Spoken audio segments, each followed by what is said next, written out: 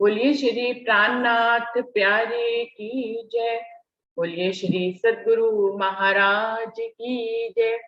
सुंदर साथ जी, इस पे एक वीडियो बन चुका है। इस विषय पे पहले बात हो चुकी है शुक्रवार को कि परमधाम में राजी हैं या श्री कृष्ण। तो इसके बारे में सुंदर साथ जी, बहुत ही सरल विषय है। इस पे बहुत बहुत वर्ष हो गए हैं इस विषय को जानते हुए हमें। तो इसके बारे में सुंदर साथ वाणी की चौपाइयों के माध्यम से कुछ ना कुछ जरूर बताएंगे, जिससे कि जिस भी सुंदर साथ ने चाहा है कि इसके ऊपर वीडियो बने और जिससे कि एक स्पष्ट नजरिया मिले। तो बहुत सी बातें तो हैं इसके बारे में, लेकिन उसके ऊपर कोई वीडियो नहीं बना हुआ है। तो इसलिए इसके बारे में हम लोग आज बात करेंगे। विजया दीदी, आपको बुलाना चाहूंगी, आप कुछ कहेंगे इसके बारे में? प्रणाम बहन जी। प्रणाम जी। बहन जी, श्री बीतक साहब के छठे पहर की 2 चौपाई बोलती हूँ जी। श्री राज और श्यामा जी ये दोनों जुगल किशोर रूहे रहे दरगाह में, ये तीनों एक स्वरूप न और। अखंड परमधाम के अंदर श्री राज जी और श्यामा जी दोनों एक ही युगल स्वरूप है और सभी सखियां इन्हीं के अंग है, इनके चरणों में ही रहती है। यह तीनों एक ही स्वरूप है, कोई दूसरा नहीं है। लक्ष्मी जी और भगवान जी ये दोनों एक ही अंग, ये है अंग श्री राज के, ये पांचों अद्वैत एक संग। महालक्ष्मी जी और अक्षर ब्रह्म यह दोनों एक ही अंग है और अक्षरधाम में रहते हैं, और यह दोनों भी श्री राज जी महाराज के ही अंग है। इस प्रकार यह पांचों स्वरूप श्री राजी, श्यामा जी, सखियां, अक्षर ब्रह्म और माँ लक्ष्मी जी एक ही स्वलीला अद्वैत पार ब्रह्म श्री राज जी महाराज के सच्चित आनंद स्वरूप है। संपूर्ण परमधाम के मालिक धनी श्री राज जी महाराज है। प्रणाम जी। प्रणाम जी। विजया दीदी ने बिल्कुल स्पष्ट चौपाई के माध्यम से बता दिया है। परमधाम की लीला का वर्णन हो रहा है, जिसमें राजी, श्यामा जी रूह है, अक्षर ब्रह्म और महालक्ष्मी पांचों स्वरूप एक है और परमधाम में विराजमान है। कहीं पे भी नाम श्री कृष्ण जी का नहीं आया है। सुंदर साथ जी बिल्कुल स्पष्ट उन्होंने चौपाई के माध्यम से इसको बताया है। और कोई सुंदर साथ और कोई सुंदर साथ इस बारे में? वर्षा जी आपने बोल लिया था इस बारे में, नहीं बोला था तो आप आए। दीदी प्रणाम जी। प्रणाम जी। संगीता दीदी बोलिए। दीदी परम धाम में श्री कृष्ण जी ने राजी हैं, उसका है ना सेवा पूजा में प्रूफ है। श्री राज श्री ठकुरानी जी प्रथम भोग में विराजमान भय, ता कंचन रंग को सिंहासन ऐसे है। और है ना, और वाणी में है सुरता एक ही राखिए मूल मिलावे माए, श्याम श्यामा जी साथी तले बोम बैठे जाए। और श्याम श्यामा जी और राजी महाराज जी हैं, मतलब प्रूफ है ये कृष्ण भगवान नहीं है, वहाँ राजी महाराज ही है, जिसको अक्षरातीत पूर्ण परमात्मा कहते हैं। प्रणाम जी। प्रणाम जी। बिल्कुल सही। हजारों चौपाई है वाणी में बीतक में जहां पर ये वर्णन आता है कि राजी श्यामा जी मूल मिलावे में विराजमान है। तो संगीता दीदी ने भी बहुत अच्छे से उदाहरण दिया है। और कोई सुंदर साथ? वर्षा आप आएंगी? वर्षा जी आप आएंगे? प्रणाम जी। सभी सुंदर साथ जी के चरणों में प्रेम प्रणाम जी। दीदी वैसे तो सभी सुंदर साथ जी ने बहुत ही अच्छे तरीके से बता दिया है, लेकिन वाणी में तो मतलब जगह जगह इस बात के प्रमाण मिलते हैं। अगर यदि हम वाणी को थोड़ा गहराई से पढ़ें और समझें तो हमें स्वयं ही पता चल जाएंगे। जैसे कि एक बात यह है कि देवचंद्र जी को दर्शन दिया, तो उसके बारे में सबके मन में दो भाव आते हैं। कोई कहता है कि शायद कृष्ण जी ने दर्शन दिया, लेकिन यदि हम थोड़ी सी गहराई से सोचें तो उसमें जो राज जी की और देवचंद्र जी की जो बातचीत हुई, उन्होंने पूछा था कि भाई क्या आप मुझे जानते हो, जो इतने प्रेम से मुझे निहार रहे हो? तो देवचंद्र जी उन्हें नहीं पहचान पाए थे और उन्होंने कहा था कि वे उन्हें बहुत प्रेम, ऐसा लगता है कि भाई मेरी आत्मा गवाही देती है कि आप मेरे आत्म के धनी हो। तो यदि वहां पे कृष्ण जी आए होते तो देवचंद्र जी तो रोज ही चितवन में उनका दीदार करते थे, तो वे उन्हें एक बार में ही पहचान जाते। तो ये मतलब थोड़ी गहराई से यदि सभी सुंदर साथ जी विचार करें, सभी को पता है कि देवचंद्र जी उन्हें नहीं पहचान पाए थे, तो ये उत्तर क्लियर हो जाता है कि वहां कृष्ण जी नहीं, वहां राज जी ही आए थे। और यदि वैसा ही स्वरूप श्रृंगार होता तो देवचंद्र जी को पहचानने में जरा भी देर नहीं लगती। और वैसे भी रात हम अमित जी की मीटिंग में देख रहे थे, तो उन्होंने भी बताया कि प्रेम ब्रह्म दो एक है, जो मतलब यहाँ इस दुनिया में नहीं है। यदि प्रेम और ब्रह्म दोनों एक ही हैं तो वे नाम से तो परे अपने आप ही हो जाएंगे, प्रेम का कोई नाम ही नहीं होता। और वो भी और भी चौपाइयां आती हैं, इश्क शब्द, इश्क अब कहूँ रे इश्क की बात, इश्क शब्दातीत साक्षात। जब राज्य स्वयं मतलब शब्दों से परे हैं, साक्षात वो इश्क का स्वरूप है, तो उन्हें शब्दों में कैसे बांध सकते हैं हम।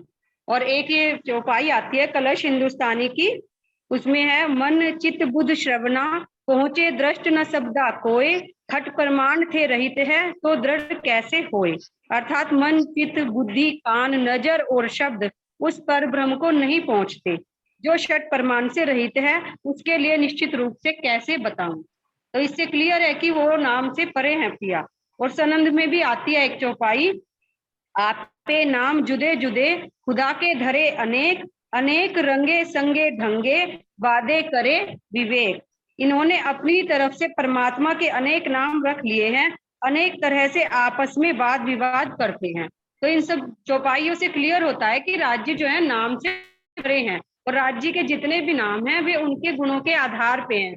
जैसे कि वो 11 साल 52 दिन की लीला हुई, वो ब्रज में आए इसमें, तो वहां केवल उनका नाम एक कृष्ण जी ही नहीं रहा। उन्होंने गोवर्धन पर्वत को उठाया तो उन्हें गिरधर कहने लगे, उन्होंने माखन को चुराया तो उनका नाम माखन चोर हो गया। तो इससे भी क्लियर होता है कि जितने भी गुण हैं हम उन्हें गुणों, सब उनके नाम गुणों से, गुणों के ही आधार पे हैं। और राजी जैसे नाम है, राजत राजत शब्द जो है संस्कृत का शब्द है, जिसका अर्थ होता है प्रकाशित होना। तो राज्य जो है स्वयं प्रकाशित है। जैसे हम यहाँ पर कितने भी मतलब सितारों वाले कपड़े पहन लें, कुछ भी पहन लें, यदि हम जब तक लाइट ये जो आर्टिफिशियल लाइट है ये ऑन नहीं करेंगे, तो हमारे पहने हुए कोई भी वस्त्र आभूषण कुछ भी नहीं चमकेंगे। या तो हमें सूर्य के प्रकाश की आवश्यकता होगी या रात्रि में मतलब आर्टिफिशियल लाइट की आवश्यकता होगी। लेकिन राज्य को ना सूर्य के प्रकाश की आवश्यकता है और ना आर्टिफिशियल लाइट की, वे स्वयं ही सुशोभित होते हैं, इसलिए उन्हें राज्य कहते हैं। और एक उनके राज को कोई नहीं जान सकता, इसलिए भी वो राज्य हैं। और उनके नाम तो पिया है, धनी है, उन्हें कुछ भी पुकारें हम नाम से, तो राज्य तो नाम से और शब्दों से परे है। प्रणाम जी दीदी। प्रणाम जी, प्रणाम जी। रंजना, आप कुछ कहेंगे? गंगानगर से रंजना जी।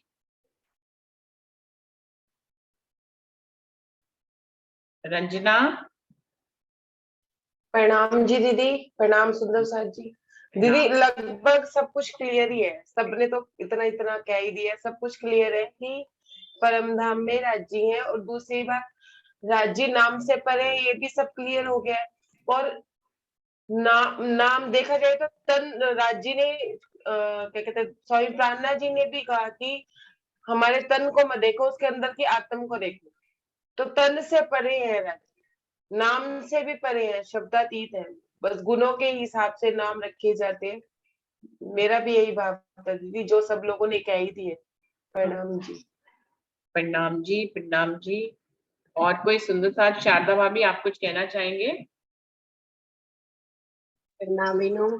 प्रणाम जी। सुंदर जी इतना अच्छा बता दिया तो मैं इतना बता भी नहीं पाती, ना मैं समझ पाती, लेकिन मेरे को बहुत अच्छा लगा सुन के। आज मेरे को ये भी एक मतलब अच्छा लगा सुन के कि राज्य है या नहीं। वैसे तो वाणी में यही है कि राज्य के अलावा कोई नहीं है, राज्य रुए श्यामा जी ये सब है, लेकिन आज सुंदर जी ने बड़े विस्तार से समझाया है, बहुत अच्छा लगा। बस प्रणाम।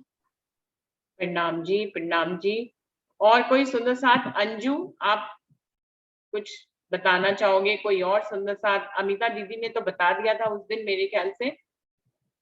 हाँ जी, प्रणाम दीदी। सब ने बता तो दिया दीदी, बस एक मूल मिलावे में चौपाई है, शायद वो संगीता जी ने बोल तो दी है, ये बोली है ना शायद उन्होंने, श्याम श्यामा जी साथ जी तले भोंबे। हाँ बस यही है। हाँ जी, सारा बाकी सबने क्लियर कर दिया। बाकी वर्षा जी ने भी बात क्लियर कर ही दी है कि जो अगर धनदेव चंद्र जी को पता ही होता, अगर कृष्ण जी तो पहचान ही जाते। बाकी सबने क्लियर कर दिया दीदी।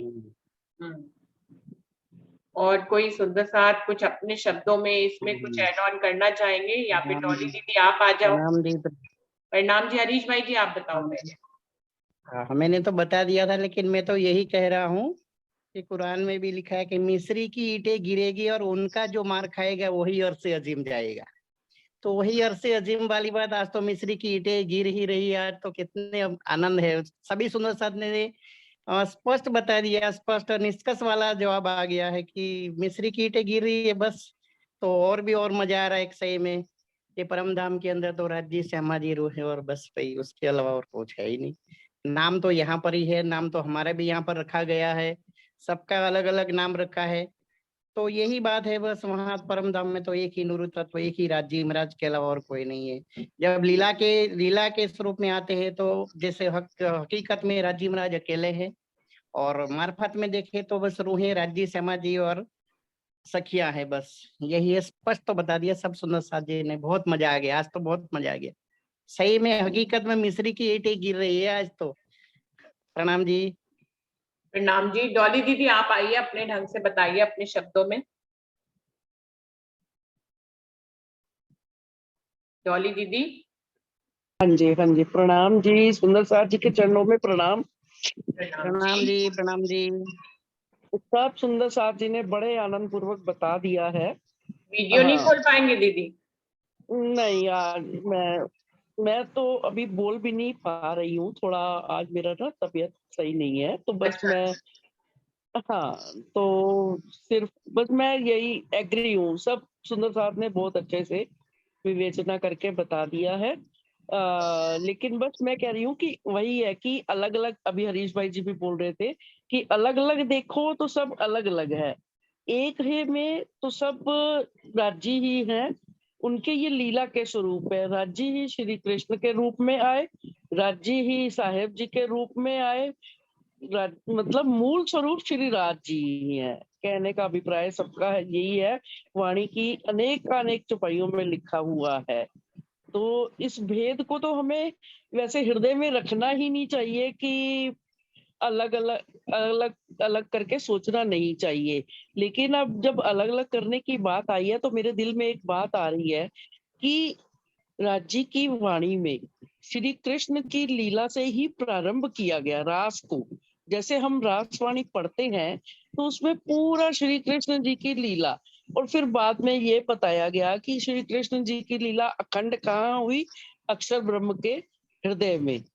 तो मुझे कई बार सोचने में ऐसा लगता है कि जैसे ब्रज और रास और वाणी में बार बार ये भी कहा गया कि जब तक हम माया में रहें तो ब्रज और रास को छोड़ना नहीं है, उनकी चाल को अपने हृदय में धारण करना है। कि जैसे हम प्रेम में मगन होकर ब्रज लीला में तुरंत अपने राज्य के पास पहुंच गए थे, रास में भी हम एक क्षण भर का भी वियोग नहीं सहन कर पाए थे, तो हमें सारे भेदभाव को भूलकर, फिर मेरे एक बात मैं और भी विचार में अपने ऐड ऑन करना चाहती हूँ कि अक्षर ब्रह्म परम धाम में है और श्री कृष्ण जी अक्षर के हृदय में है। तो अक्षर ब्रह्म के हृदय में मतलब मेरे अगर कुछ हृदय में है तो वो मुझसे अलग नहीं है। अक्षर, हम हृदय के, बेशक अक्षर ब्रह्म के हृदय के 4 भाग कहे गए हैं, अव्याकृत, सबलिक, केवल और सत्स्वरूप। ये तो हम उसका विस्तार स्वरूप जान रहे हैं। अगर हम उनको सूक्ष्म रूप में जाने तो वो सारा हृदय जो है अक्षर ब्रह्म ही है। अक्षर ब्रह्म सारी लीला, उनको सारी लीला परम धाम की जानने के लिए कृष्ण के रूप में जो लीला की थी वो अक्षर ब्रह्म के हृदय में है। तो एक बहुत अच्छी चौपाई है, सुंदर साथ जी के हृदय के भाव है, वो वाणी की चौपाई नहीं है। श्री कृष्ण मोहम्मद देवचंद्र, श्री कृष्ण मोहम्मद देवचंद्र प्राणनाथ छत्रसाल, इन 5 को जो भजे कष्ट मिटे तत्काल। तो यानी उस सुंदर साथ ने भी 5 को एक ही स्वरूप मान दिया है, क्योंकि श्री कृष्ण जी भी राज्य के हृदय में पहुंच गए, प्राणनाथ जी के रूप में आए तो वो राज्य के मूल स्वरूप राज्य ही है। बस ये लीला स्वरूप में हम सब अलग अलग करके देख सकते हैं वाणी के आधार पर। लेकिन इनको अलग किया नहीं जा सकता कि ये बिल्कुल निष्क्रिय है, इनका कुछ महत्व नहीं है, ऐसा नहीं। क्योंकि अगर हम राज्य के चरणों को राज्य से अलग नहीं कर सकते, जैसे रास लीला रासवाणी है, रासवाणी को श्री राज्य के चरण कहा गया है, कुलजम स्वरूप वाणी को पूरा स्वरूप श्री राज्य का कहा गया है आज के समय में। तो मेरा ये मानना है कि लीला स्वरूप में हम जाने जरूर कि कृष्ण जी की लीला क्या है, राज्य की लीला क्या है, अक्षर ब्रह्म की लीला क्या है, महालक्ष्मी की लीला क्या है। हम पूरे देवी देवताओं की भी लीला को जान गए हैं इस वाणी के माध्यम से। लेकिन जब अंततोगत्वा सब श्री राज्य में ही समा जाते हैं और ये विस्तार रूप है, तो बस सब कुछ क्लियर है। और आज हम वाणी की महत्व वाला प्रकरण भी बीतक में सुन रहे थे कि इस वाणी के महत्व से, बरकत से सारे जो है भेद संशय समाप्त हो जाते हैं। इसलिए अब हम सब भी सुंदर साथ कृष्ण और राज्य और अक्षर ब्रह्म इन सब के भेदों को भुलाकर केवल एक प्रेम की राह अपनाकर और परम धाम की 25 पक्षों की चरसनी चितवनी में अपना मन लगाए और अपने सारे संशयों को समाप्त कर प्रेम की ही धारा संसार में बहाएं। किसी भी एक दूसरे को कोई भी कम या ज्यादा ना कहे, क्योंकि सब श्री राज्य के ही अंग है। अभी क्योंकि हमने सुना ना कि अक्षर ब्रह्म महालक्ष्मी ये सब परम धाम में है, तो श्री कृष्ण जी भी तो परम धाम में हुए ना, एक रूप में अक्षर ब्रह्म के हृदय में है। तो जब अक्षर ब्रह्म परम धाम में है, मैं अगर परम धाम में हूं तो मेरा हृदय तो अलग नहीं होगा ना। तो सब कुछ परम धाम में ही है। ये हमें केवल समझाने के लिए, इस लीला में जागृत करने के लिए कृष्ण के रूप में पहले उन्होंने समझाया, फिर वो द्वापर युग में कृष्ण के रूप में समझाया, इस युग में साहेब के रूप में समझाया। और पूर्ण ब्रह्म परमात्मा तो शब्दों से परे है, परम धाम में कोई भी शब्द नहीं है। इवन राज्य शब्द भी नहीं है परम धाम में, बिल्कुल, क्योंकि रूहें तो प्रेम की भाषा बोलती हैं, वहां पर कोई भी भाषा है ही नहीं। जब निराकार के पार तक कोई शब्द नहीं पहुंच सकता तो परम धाम में कैसे पहुंचेगा। तो सुंदर साथ जी इन्हीं शब्दों के साथ कि हम सब भेदों को समाप्त करें और सिर्फ युगल स्वरूप के स्वरूप शोभा श्रृंगार को अपने हृदय में बसाते हुए प्रेम की धारा प्रवाहित करते रहे। सर्वत्र सब जगह इस संसार में भी हम प्रेम ही प्रेम सबको बांटे। प्रणाम जी। प्रणाम जी, प्रणाम जी। और कोई सुंदर साथ कुछ अपने शब्दों में कहना चाहें तो जरूर से कह सकते हैं आके। किसी और सुंदर साथ को कुछ कहना है, कुछ और सुंदर शब्दों में अपना कुछ ऐड करना चाहें? प्रणाम जी। एक चौपाई आती है कि जाने मेरे साथ ही रहो जितने दिन लाग। तो इसके बारे में मैं ये कहना चाहता हूँ कि जैसे चौपाई एक और भी है कि ब्रजराज खेल के आए शरारत श्याम। पहले जिन्होंने ब्रजराज खेला भाई शरारत श्याम मोहम्मद बन गए, ब्रजराज खेल के आए शरारत श्याम। ठीक है, फिर उसी को आगे चल के जब देवचंद जी का टाइम आया था, तब जब देवचंद जी घर से निकले थे तो बारात के टाइम पर, तब उसमें चौपाई थी आए मोहम्मदे दिया दीदार। फिर अगले ही चरण में आके बोल दिया कि कटरी रही श्रीराज, तो वही श्रीराज जी बन गए। फिर आगे भी तक में जगह चौपाई आती है कि ए अक्षरातीत है, ए धनी श्री धाम, ए मोहम्मद मेहंदी ईसा, ए पूरे मनोरथ काम। ये श्री मोहम्मद प्राणनाथ जी की लिखा है। तो सिर्फ अगर सुंदर साथ जी विषय में ना उलझ के, अगर नाम के ना उलझे, तो अगर ये कहते हैं अगर श्री कृष्ण नहीं है तो जो पीछे वाले सुंदर साथ की जागरी हुई उसका फिर कोई औचित्य नहीं बनता कि श्री राज जी कृष्ण ने पहचान नहीं की तो वो समस्या खड़ी होती है। जैसे मैंने बहुत सुंदर साथ के मुंह से सुना है कि जो कृष्ण जी को ध्यान करते हैं, जो कृष्ण जी के बारे में विचार करते हैं, वो योग माया से आगे जा ही नहीं सकते। मगर हमारे जितने भी परमहंस पिछले थे उन्होंने श्री कृष्ण जी के माध्यम से ही चले हैं। तो नाम का तो ले देखा कोई प्रसंग है बनता ही नहीं है फिलहाल, क्योंकि हमारी वाणी ही कहती है कि निज नाम शरीर जी है भी अनादि अक्षरातीत, तो अक्षरातीत वो तो अक्षरों से परे ही है। तो बस जी मुझे इतना ही कहना था अपने भाव। राम जी। प्रणाम जी, प्रणाम जी। और कोई सुंदर साथ कुछ कहना चाहते हैं? किसी के भी दिल में कोई भी भाव आ रहा हो? प्रणाम जी दीदी। प्रणाम जी। दीदी वाणी की एक चौपाई और भी आती है ना, नर नारी बूढ़ा बालक जिन इलम लिया मेरा सिर, साहिब कर पूजिया। तो राज जी ने मतलब स्वयं ही नामों को अपने आप ही मतलब मिटाया है कि वहां पे नाम नहीं पहुंच सकते, नाम तो इस दुनिया में है। और वैसे भी यहाँ भी देखो, ये शरीर का नाम रखा जाता है तो शरीर छूट जाता है, नाम तो यहीं रह जाता है। जीव का भी कोई नाम नहीं है। जीव का कोई नाम बता सकता है किसी के? जब जीव का नाम नहीं है, आत्म का नहीं है, तो फिर परमात्मा का नाम कैसे संभव है? वो तो गुणों के आधार पे है, उनका तो अनुभव किया जा सकता है, एहसास किया जा सकता है। प्रणाम जी। प्रणाम जी। तो सुंदर साथ जी, विषय लगभग क्लियर हो गया है। सभी सुंदर साथ ने अपने अपने ढंग से अपने अपने शब्दों में इसको बताया है। वाणी में एक चौपाई जरूर आती है कि तोले न आवे एक में मुख श्री कृष्ण कहंत। तो ये वाणी, और इसमें कृष्ण की महिमा को बताया गया है वाणी में भी। तो कृष्ण की महिमा का जो इतना वर्णन किया गया है वो इसलिए कि उस पूरे 5 चौपाई का ये प्रकरण है, उसका सार ये है कि चाहे आप कितने नरमेघ यज्ञ कर लीजिए, कितने अश्वमेघ यज्ञ कर लीजिए, आप दुनिया में ये कर लीजिए, वो कर लीजिए, पहाड़ों पे बैठ जाइए, सब कुछ कर लीजिए, लेकिन आप एक सिर्फ श्री कृष्ण नाम का अपने हृदय में रमण कर लेंगे तो आप जो है अखंड को प्राप्त हो जाएंगे। तो इतनी महिमा उसमें बताई गई है। दुनिया में जितने भी आध्यात्मिक कर्म करने के लिए हैं, उन सब से श्रेष्ठ श्री कृष्ण नाम की महिमा को बताया गया है। तो दुनिया में जितने भी श्रेष्ठ श्रेष्ठ आध्यात्मिक स्तर है उनको आप कर लेंगे तो भी आप वहां नहीं पहुंच सकते कि आपने एक बार श्री कृष्ण नाम का रमण किया तो आप अखंड में पहुंच जाएंगे। ये महिमा इतनी क्यों बताई गई है सुंदर साथ जी? इसलिए क्योंकि अक्षरातीत पूर्ण पार ब्रह्म, मैं उसको अक्षरातीत पूर्ण पार ब्रह्म परमात्मा कहूं, उनको राज्य कहूं, प्राणनाथ कहूं, जो भी सुंदर साथ को अच्छा लगता है वो किसी भी रूप में आत्मसात कर सकते हैं।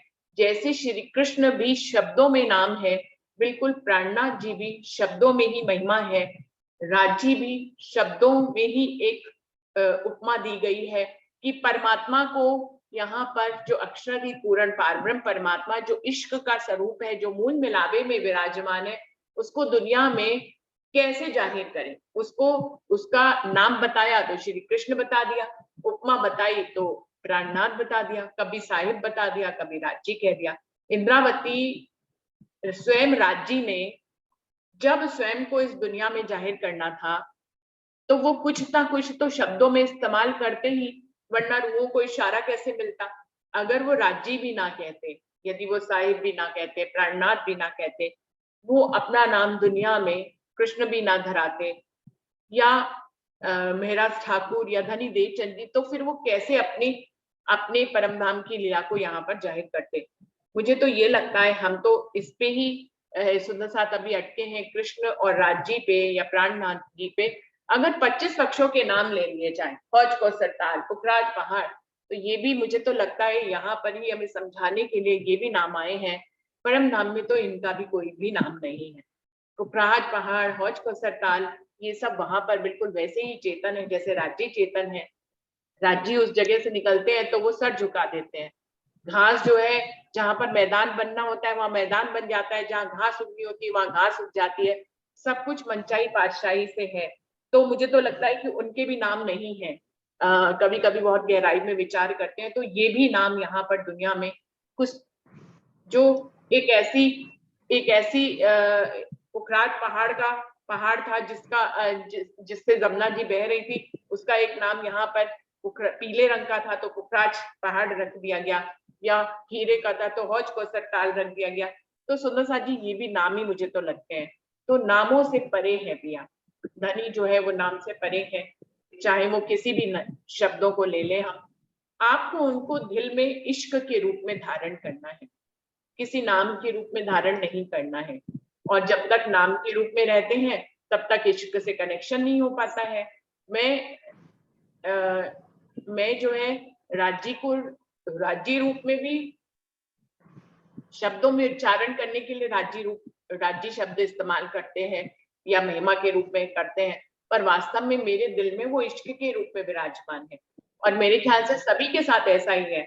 जब हमें पता ही है कि इश्क ही है परमात्मा, मतलब इश्क, उसको इश्क की फीलिंग से महसूस किया जा सकता है, किसी भी नाम से महसूस नहीं किया जा सकता मेरे अनुसार। हाँ, शुरुआत आप कहीं से भी कर सकते हैं, आप कृष्ण से भी कर सकते हैं, आप जो है साहिब से भी कर सकते हैं, प्राणनाथ से भी करते हैं, आप राज्य से भी कर सकते हैं, श्यामा जी से भी कर सकते हैं। शुरुआत आप कहीं से भी कर सकते हैं, कहिए उससे आपका कनेक्शन भी हो जाए। किसी का राज्य से कनेक्शन हो जाता है, किसी का श्री कृष्ण शब्द से कनेक्शन हो जाता है, किसी का राज्य से कनेक्शन, राज्य शब्द से कनेक्शन हो जाता है। ये आपकी हर एक के दिल की अलग बात है सुंदर साजी। मैं इसमें सभी को ले रही हूँ कि इसमें किसी का भी किसी से भी कनेक्शन हो सकता है। जो उन्होंने पहले और दूसरे दिन में अपने तन का नाम रखा श्री कृष्ण, किसी का कनेक्शन उससे भी हो सकता है। और किसी का मैंने देखा है वो हमेशा हे मेरे साहिब, हे मेरा साहिब ऐसे ऐसे बुलाते रहते, तो उनका साहिब से कनेक्शन हो गया, उनके मुंह से राज्य शब्द ज्यादा नहीं निकलता, साहिब साहिब निकलता है। किसी का जो है ज्यादा मुख से उच्चारण जो है वो राज्य का निकलता है, उसका कनेक्शन राज्य से हो जाता है। तो ऐसे ही किसी का प्राणनाथ से हो जाता है। तो सुंदर साथ जी कोई फर्क नहीं पड़ता है कि किस शब्द से आप, किस शब्द के माध्यम से आप उस इश्क के स्वरूप तक पहुंच रहे हैं।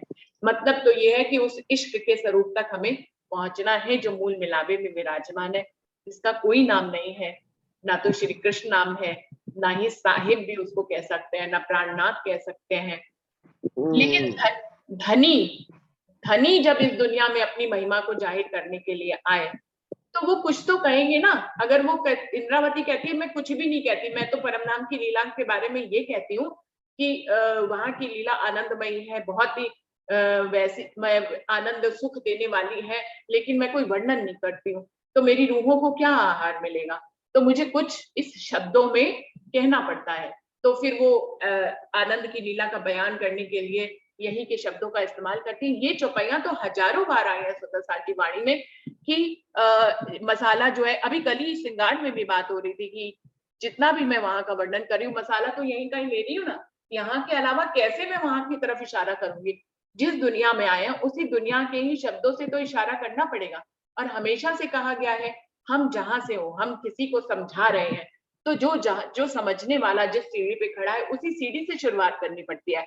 मैं तो अरविंद भाई जी को भी बहुत बार कहती हूँ कि आप वहां से बात करते हो तो किसी की समझ में नहीं आती, सामने हमारी जो जहां पे खड़ा है वहां से बात करिए।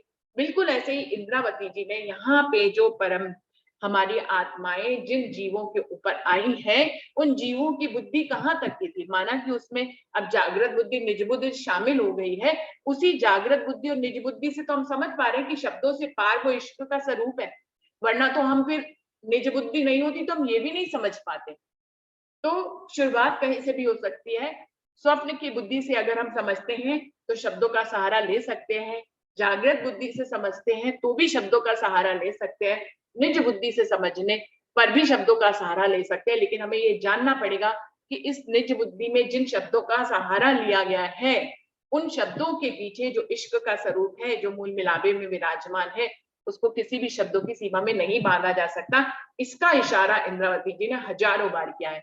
शब्दों में कह कह के वो फिर खुद ही तड़प जाती थी कि मैं क्या कहूं, अभी मैं क्या कहूं, मैं जो कह रही हूँ वो यहीं का है।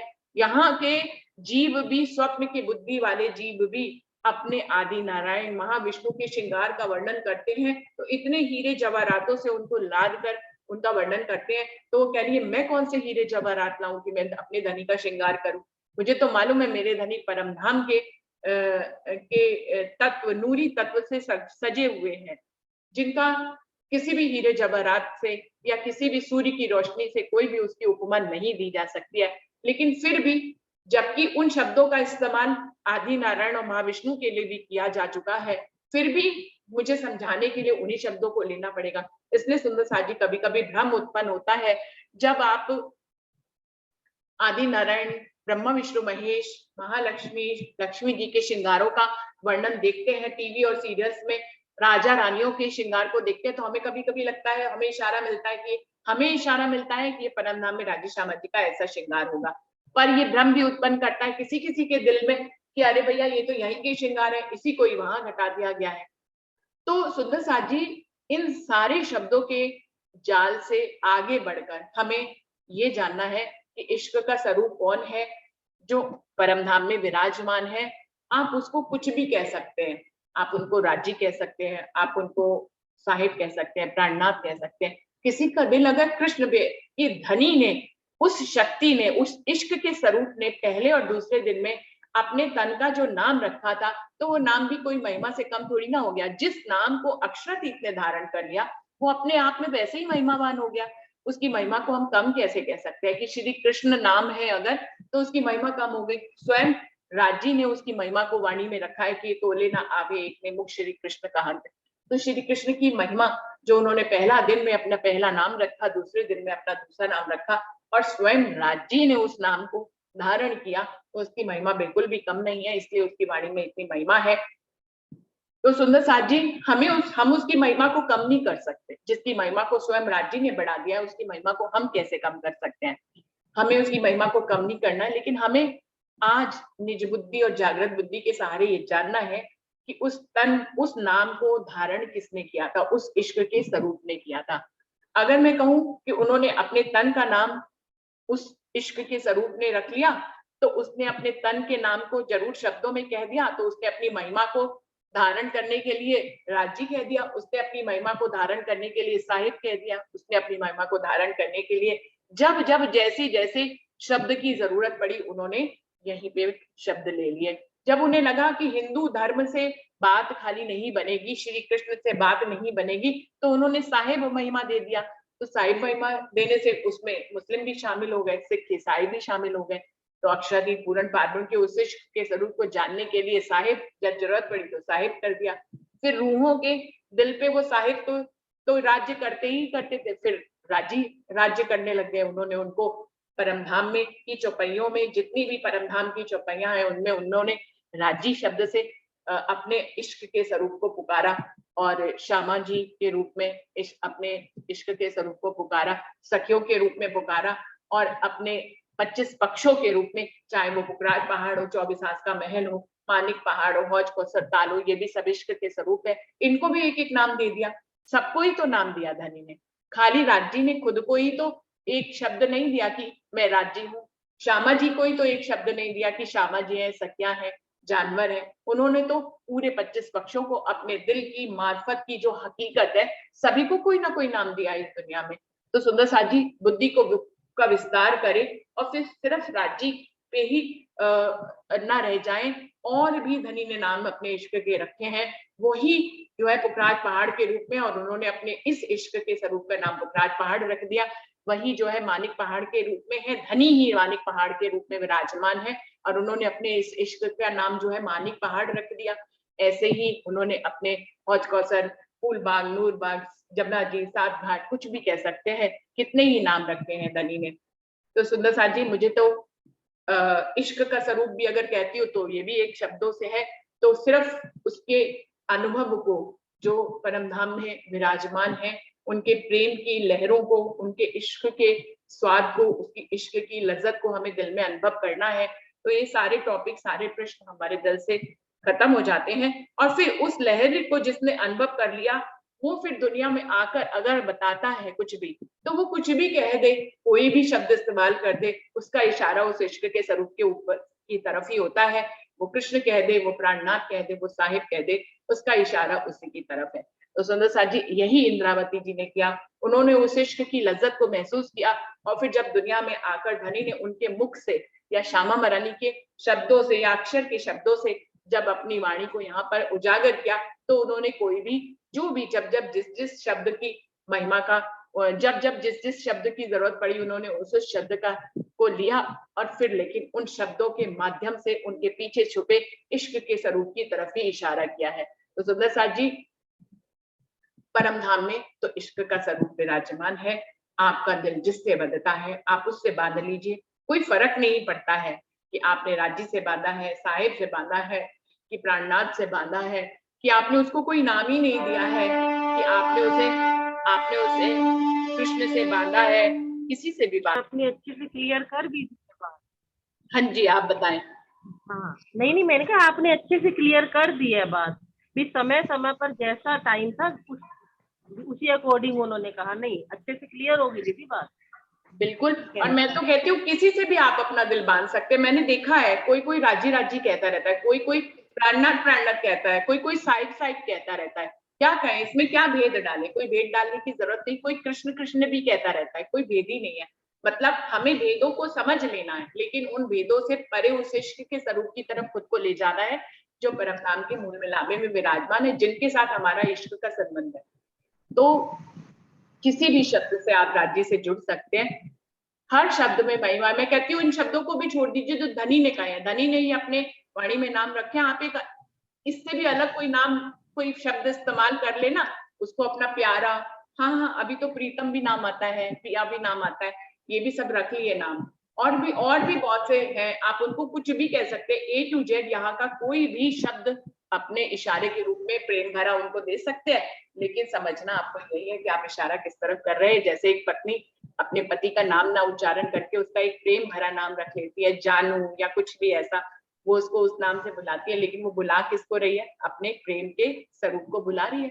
नाम कोई भी हो, उसने अपना अलग से प्रेम का एक नाम रख लिया है, क्या फर्क पड़ता है?